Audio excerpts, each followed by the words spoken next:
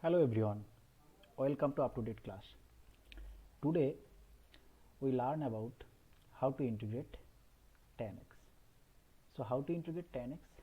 We can write tan x equals to sin x by cosine x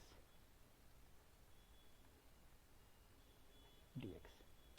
Now take u equals to cosine x, then we take derivative in both sides, then we get du equals to minus sin x dx. So therefore sin x dx, and here also sin x dx. So we can put minus du by u as a value of cosine x. So this equals to minus du by u, and this gives the value of natural logarithm of u plus an integrating constant c, which is arbitrary constant. Now this equals to minus natural logarithm of u, that means cosine x. So this equals to natural logarithm of mod of cosine x. Here we write modulus value because cos x sometimes takes negative value, but logarithmic function, natural logarithmic function, is not defined for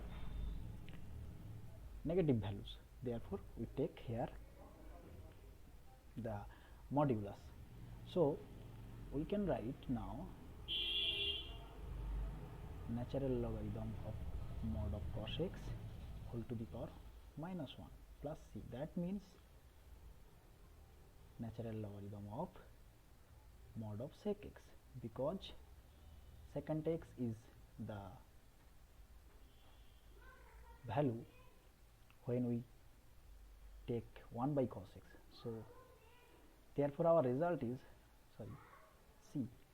So therefore our result is the value of integration of tan x is natural logarithm of modulus of sec x plus c. This is our final result. I think this video helps you how to integrate tan x, and if you able to understand how to integrate tan x dx with the help of this video, then like it, subscribe it, and share with your friends. I will see you in the next video. Thank you for watching.